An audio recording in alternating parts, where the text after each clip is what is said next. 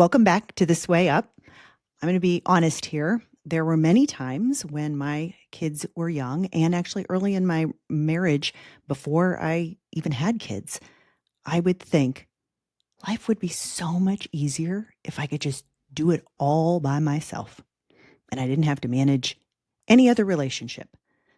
But then I would quickly realize that it would also be very lonely and not very rewarding.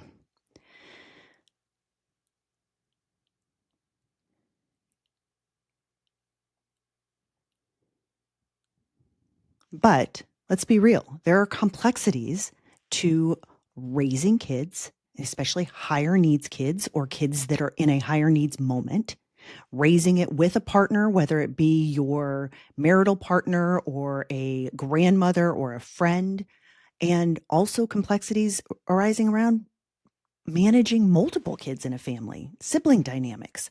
Well, today's guest is Michelle McVittie. She is a child life specialist, parenting coach, and author with over 2 decades experience working with families in the pediatric medical and mental health settings, and she is here to help. She shares insightful and practical tips on how to best manage family dynamics to bring unity to the family and make life just a little bit easier. So let's welcome Michelle.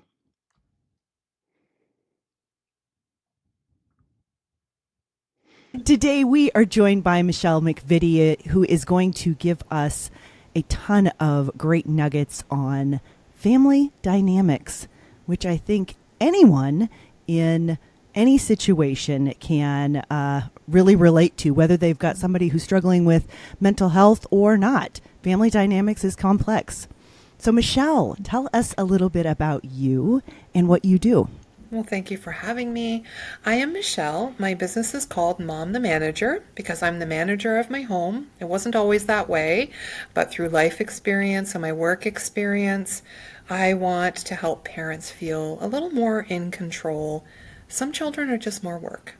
So, right? Yes. Yes. So, I'm a child life specialist and a parenting coach. I've worked in pediatric medical and mental health for over 2 decades. So, I have in child and youth mental health, I see the children and the families that are really struggling. I don't see the children, I see the families. Mm-hmm. And that's where I see the magic of parent coaching.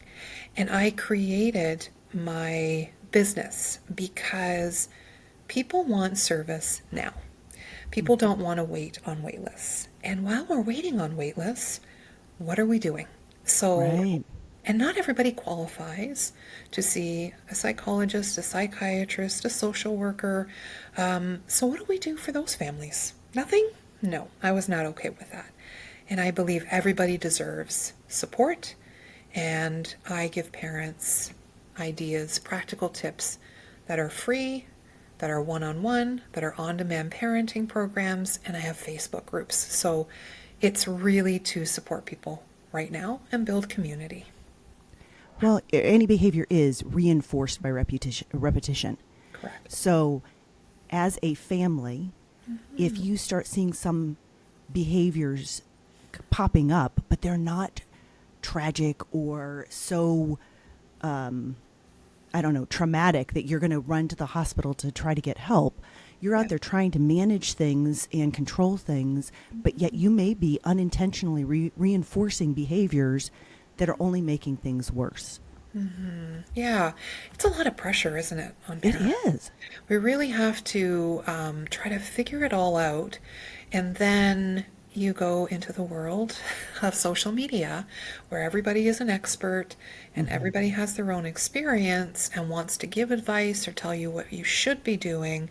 And then who do I talk to that's actually going to give me the correct information and without needing to wait and wait and wait to be asked these questions, to really be assessed? Do I need an assessment? Do we need to do more? How do I know if my child needs something? And Right. then I go to Dr. Google and it's like, oh my goodness, what is going on?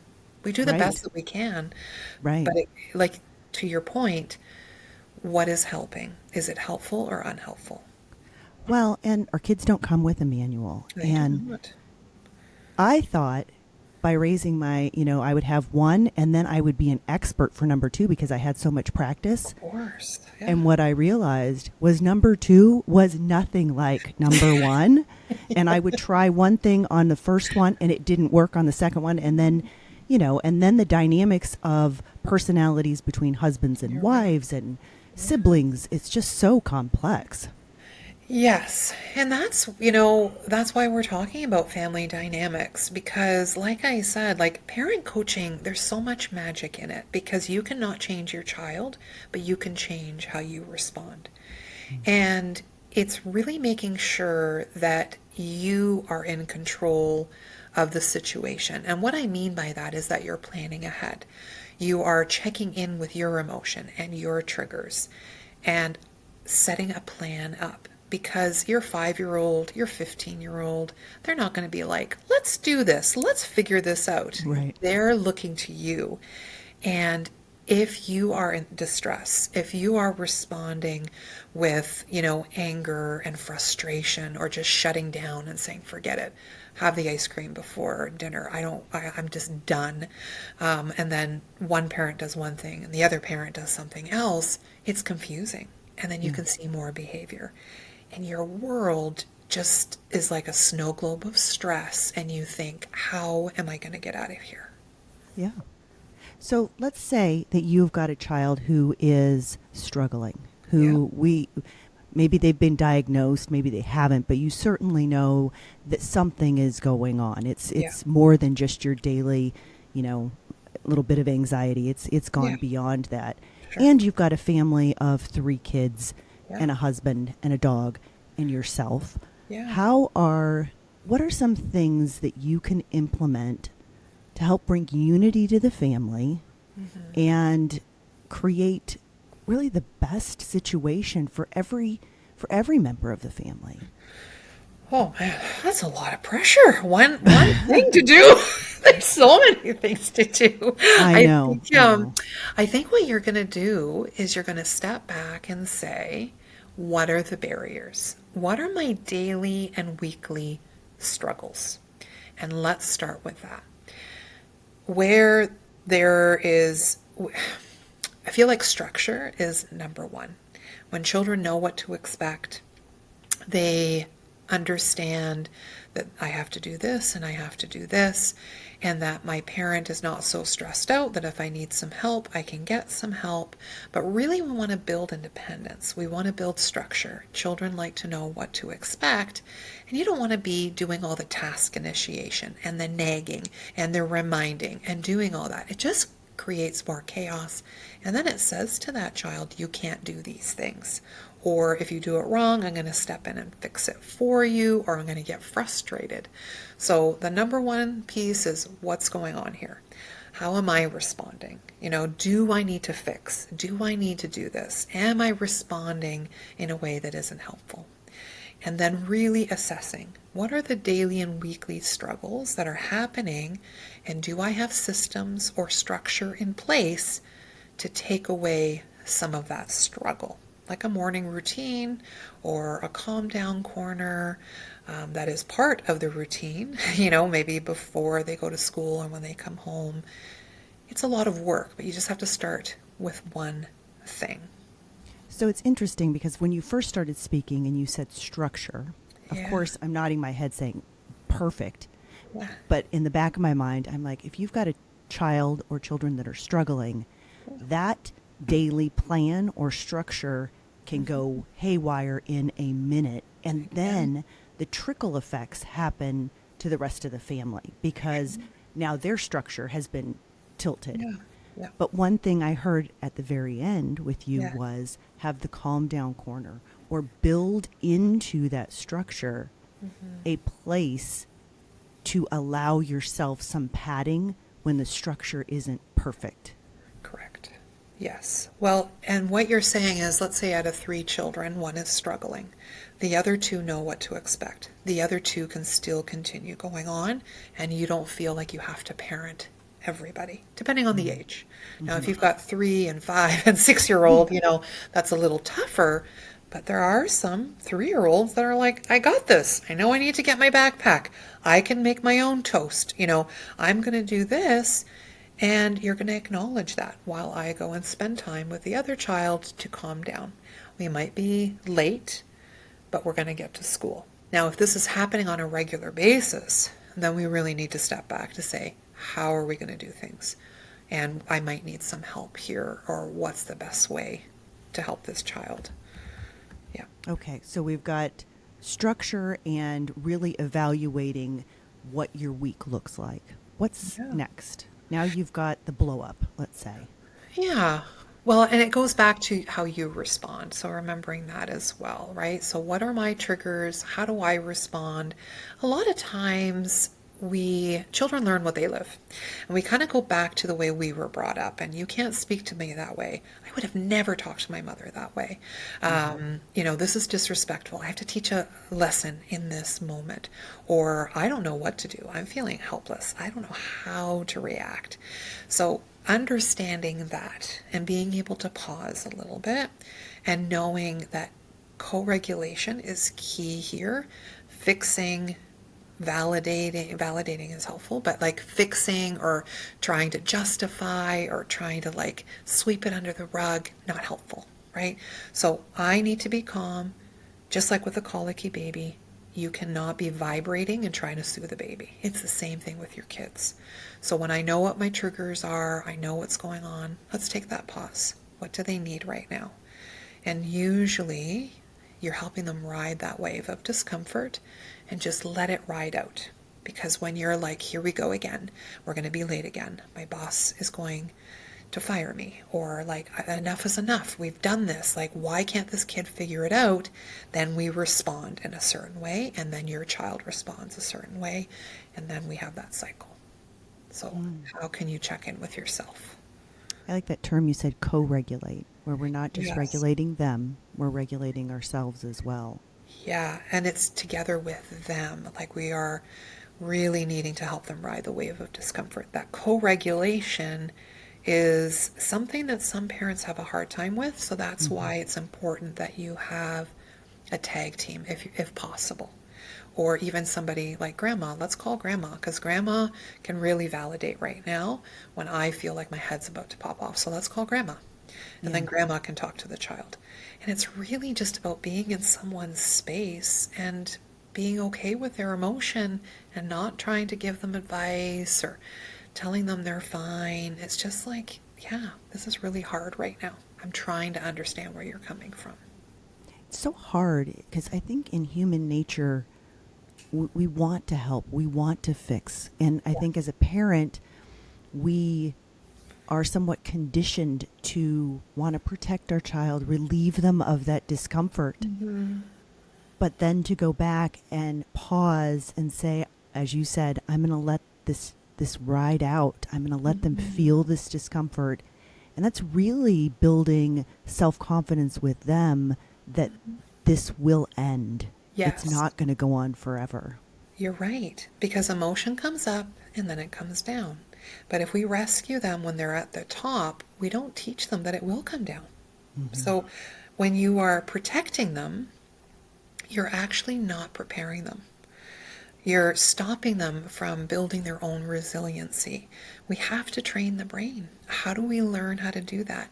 By doing the hard stuff and saying, I've got this. Because bouncing back and being resilient is about learning from bad experiences, is from saying, this was a really hard day, but I can do this to turn it down a notch. Or this was a bad day, but it doesn't mean, or this was a bad thing that happened, but 3 other things happened. That takes time. We have Yeah. to work on that because their brain is under construction for 25, 30 years, depending on the neurodiversity or neurotypical brain. It's a lot. I had a discussion with a girlfriend once, and we were trying to understand this whole anxiety piece and why our kids were so anxious. And one of the topics that came up was that teenagers never have to wait. They've been taught that everything's going to be fixed for them. So they get their grades on the internet and it says a D because they didn't turn in one assignment and they've only had 3 assignments due. It's that anxiety that, well, wait a second, you can still build that up because those grades are going to compile once you have more, assignments turned in. Sure. Whereas when we were children, we didn't know what the heck. We got a D. We were like, oh, God. Um, or you just like hit it and just didn't even look at it. But Right. then you didn't know the direct impact of what was happening in that moment. So you had to just let it out. You had to wait till the end of the semester for your grades.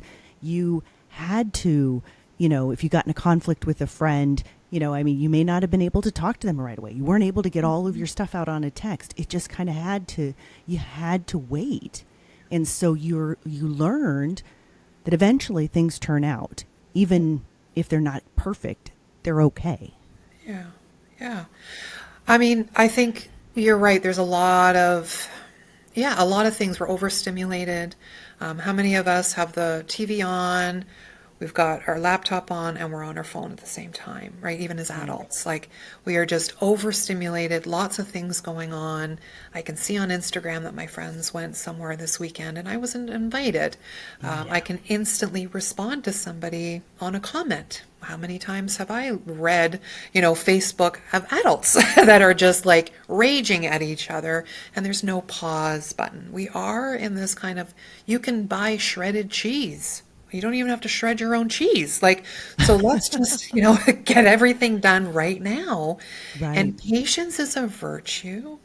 But where do children learn that? Where do kids learn how to do these things? It's from our parents. Because if they forget their lunch, then do we drop off McDonald's?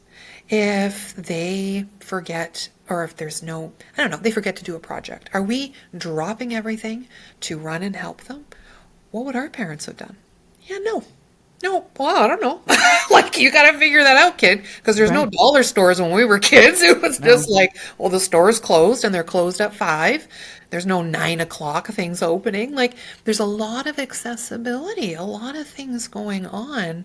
And how much are we feeding into that as well? I think our technology does not help, but what control do you have as a parent with saying, yeah, we're going to wait. We're going to wait on that. Other than structure for your other kids, let's say you've got one child who is consuming so much of your time and energy, and Yeah. quite frankly, the energy of the family. Hmm. How are you? What can you do to help those other children understand and ride that wave with their sibling that may be higher needs? That's a really, that's really tough. But if you've got a child, a sibling that's really struggling, and then we're going to our 10-year-old or our 15-year-old or anybody to say they're struggling, so you've just got to wait. That's a really tough sell. And some of these kids are like, this sibling is annoying. And parent, you're not doing a great job. So I'm going to start parenting, or I'm going to start giving them a hard time because their behavior runs this household. So instead of being like, we need to accommodate, we can have compassion, but we also, as a parent, have to have compassion for that child. That, Right. I know you have to wait. And I'm really going to try to find some time. We're going to bring grandma in so I can spend time with you, for example, or we're going to try to do things a little bit differently because I notice that you get up and you go to school on your own. And I'm so proud of you that you do that. I know I can rely on you to get up and do that. And I don't tell you enough. Those are the kinds of things that we want to focus on as well, because we do want to say, let's say the child has anxiety. Well, things are a little bit harder for them. And I know it may seem like maybe we're giving in.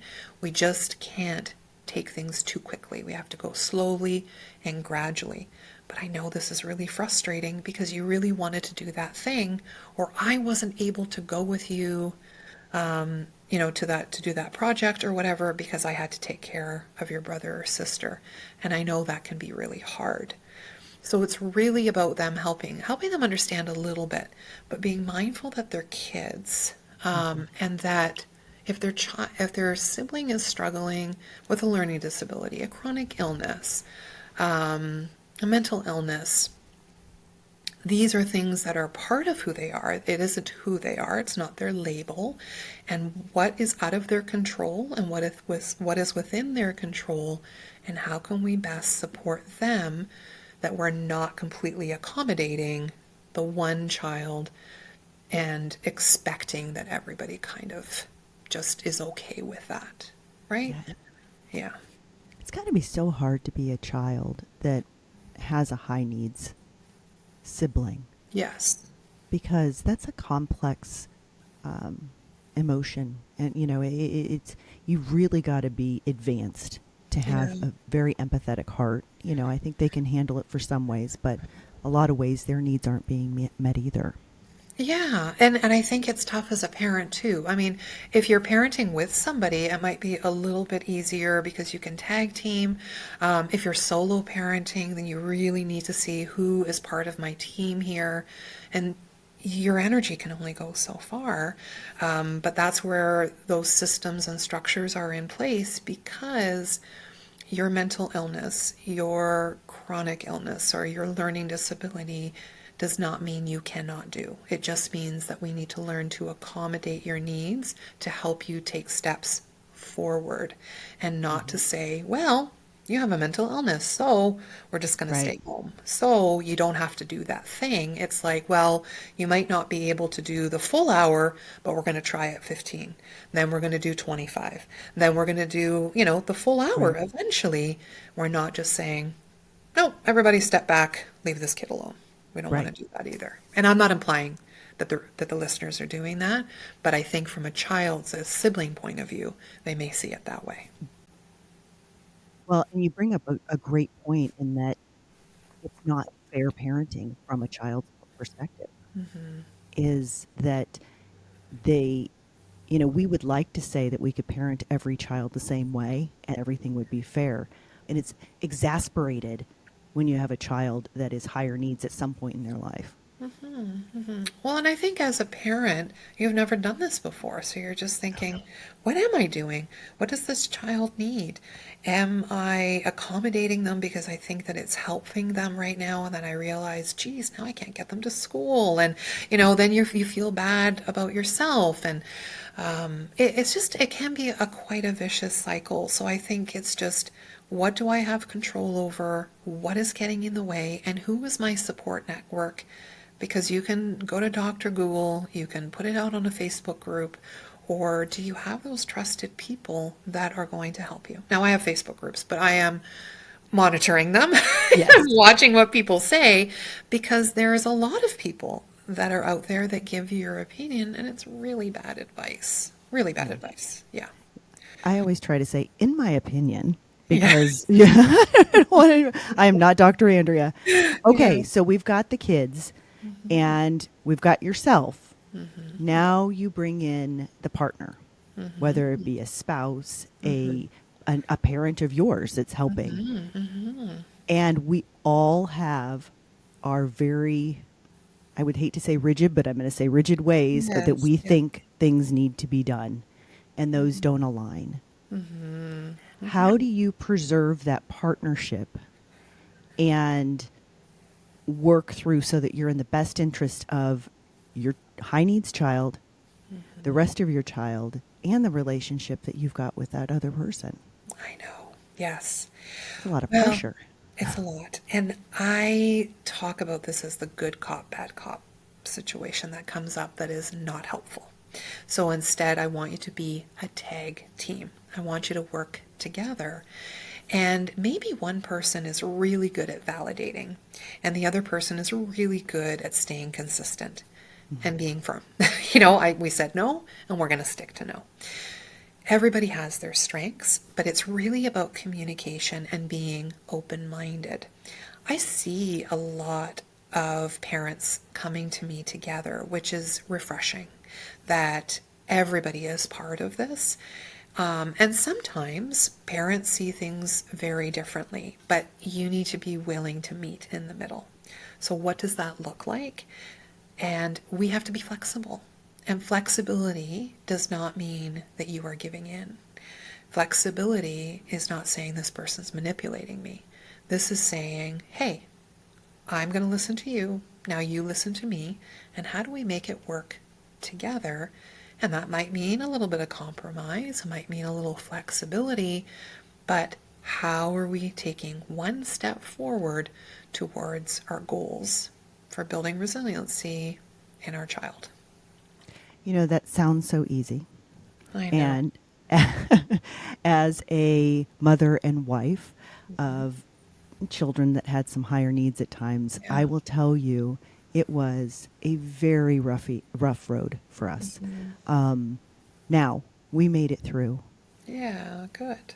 And I will say, looking back, and I've told my mom this, I don't know how many times. My mom, by the way, is one of my best friends, Yeah. is that if I was alone and I raised my kids, they'd probably be a bunch of monkeys. If my husband raised them, they'd be soldiers. And now looking back, that worked to their advantage because now they're very fun, playful little soldiers. You know, but you mentioned earlier, where are your strengths?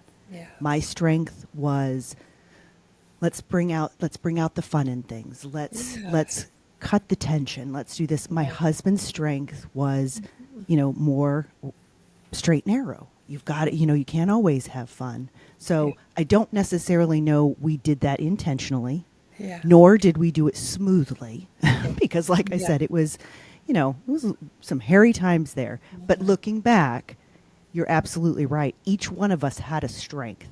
Yeah. And how can we capitalize on that? But then also not, you know, I think, you know, one of the things that I probably did was get very frustrated because he was so rigid. And he probably got so very frustrated that I was not so rigid. And that created tension. And the kids saw it, you know, I mean, they just do. So, Well, I think it's the communication where if you are feeling defensive or somebody is coming at you and saying you give in to them all the time, no wonder they're acting this way, then you right. just get your back up and you're like, well, you were just so strict. You would just take everything out of their rooms and you think that's going to work. That's old school. We're not doing it that way. And well, you're doing it this marshmallow way, and that's why our kids are soft, right? I Right. hear a lot of that. So instead, we have to shift our mindset and say, we need to communicate. We need to be open and not attack each other and not give up. That was the main thing that I got from what you said, is that you didn't give up and that Mm-mm.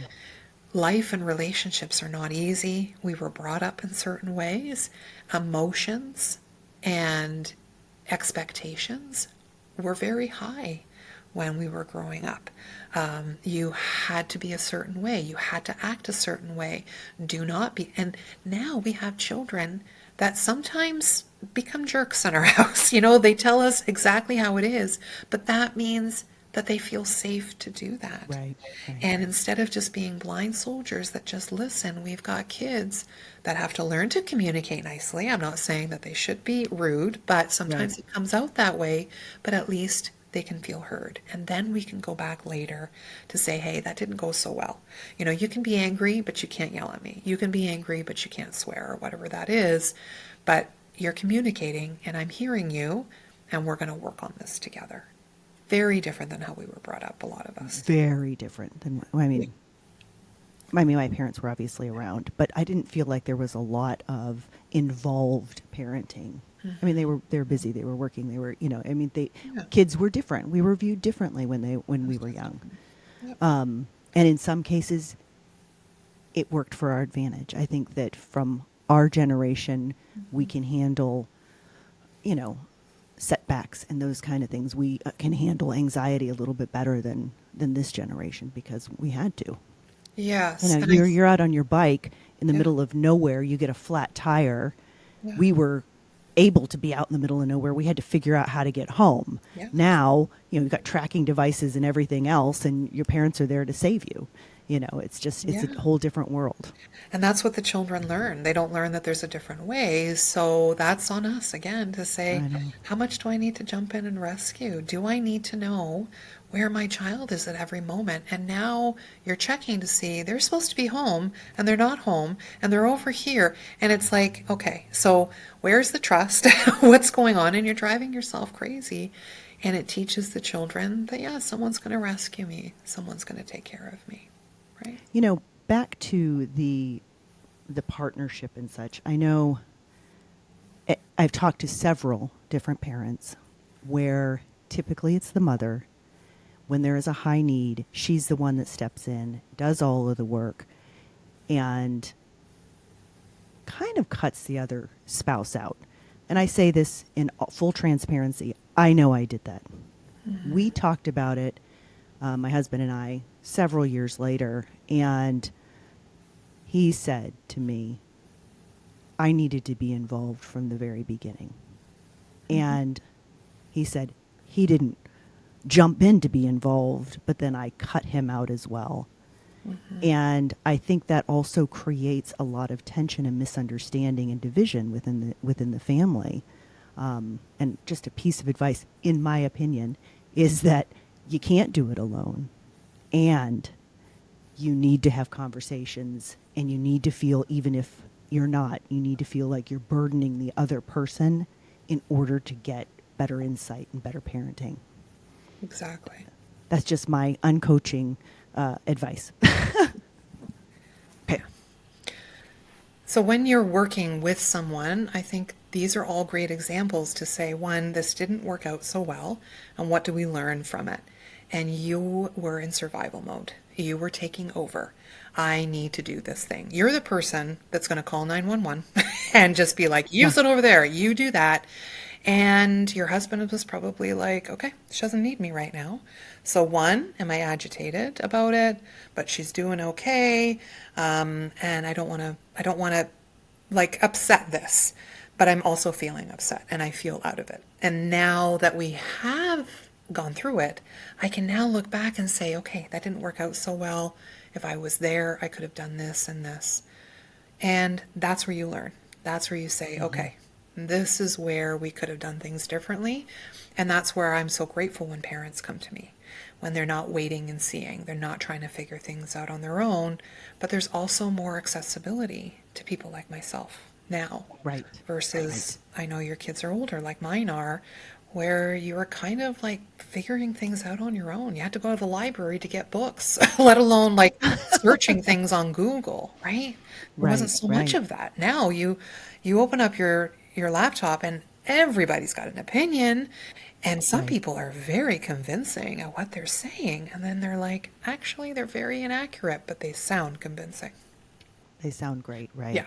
Well, and the thing is there's a lot of tips and advice that you can take as long as you are um, heeding it just as that. Yeah. Is that this may not be the end all be all, or there may be some more complexities deeper into this. I mean, just like when we were first learning of my daughter having anxiety, I was had this weird feeling that something wasn't going right. And I thought that it was my parenting. And so I kept looking and searching and trying to figure out what I was doing wrong as a parent. And then it was so much more than that. Yeah. But we had to look beyond Yeah. just what, right in front of me, trying to fix the small Yeah. things. Yeah. You had mentioned, I think when we were talking before about coming from a place of curiosity. Yes. Yeah. And I think that is such relevant advice, and I'd like you to share a little bit about that. And I think it's relevant not only from perspective of your child, but also your spouse and the other children. Well, being curious instead of judgmental, it is really tough to kind of stop that from happening, especially from past experience, what you anticipate. Maybe somebody already said something like this. We're looking at our child with judgment. We're looking at our partner with judgment. We're looking at the system with judgment. And instead, let's look at it with curiosity. Help me understand. What is this all about? What is this behavior? Why are we seeing this?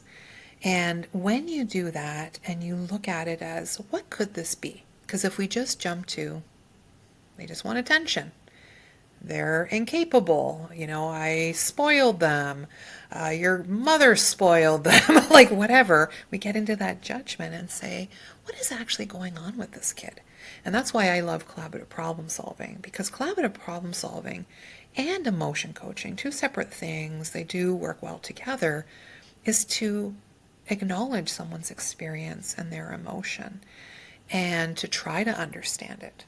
And by going in with judgment, you can't do that. You can't validate someone where you're just like, are you faking it? I don't think Right. this is just for attention. You were fine on Tuesday and Wednesday, but now all of a sudden on Thursday you can't go to school. Yeah, no, right? And instead, I'm seeing a pattern. I'm seeing they're really struggling. So let's look at this differently. And same thing with even, your husband looking at you and saying, well, she just wants to take over. She just doesn't think I'm going to be much help. She thinks she knows best. He could look at it that way, or he could be like, she's in survival mode. What is going on? I need to have a chat and say, hey, we haven't chatted in like a week or 2 weeks or a month. You have been like nosedive in a book, trying to call doctors, trying to do all these things, and you haven't even talked to me about any of it. Like, what's going on? Did you have a camera in our house? Because that was about what it looked like. I get this a lot. I get this a lot from parents where I'll do like a role play. I do a lot of role Yeah. playing with like them being the parent and I'll be the kid. And they're like, are you in my house? Like the one mom was like, I can't even role play my daughter because I don't even know what she's thinking. Like, I don't even know what she would say. I don't know why she acts the way that you do. But you responding, it's like you know her. Yes, You're like, yeah, I've been I've been around. through this a few I've been times. Yeah. around, yeah. It's kind of my superpower. It's good. Yeah. You're from Canada, Yeah. and obviously our health systems are a little bit different Yeah. here, but I don't think they're as far off in the mental health space Yeah. as we see in other areas. And when we were talking last time, you were speaking about how so many kids Mhm.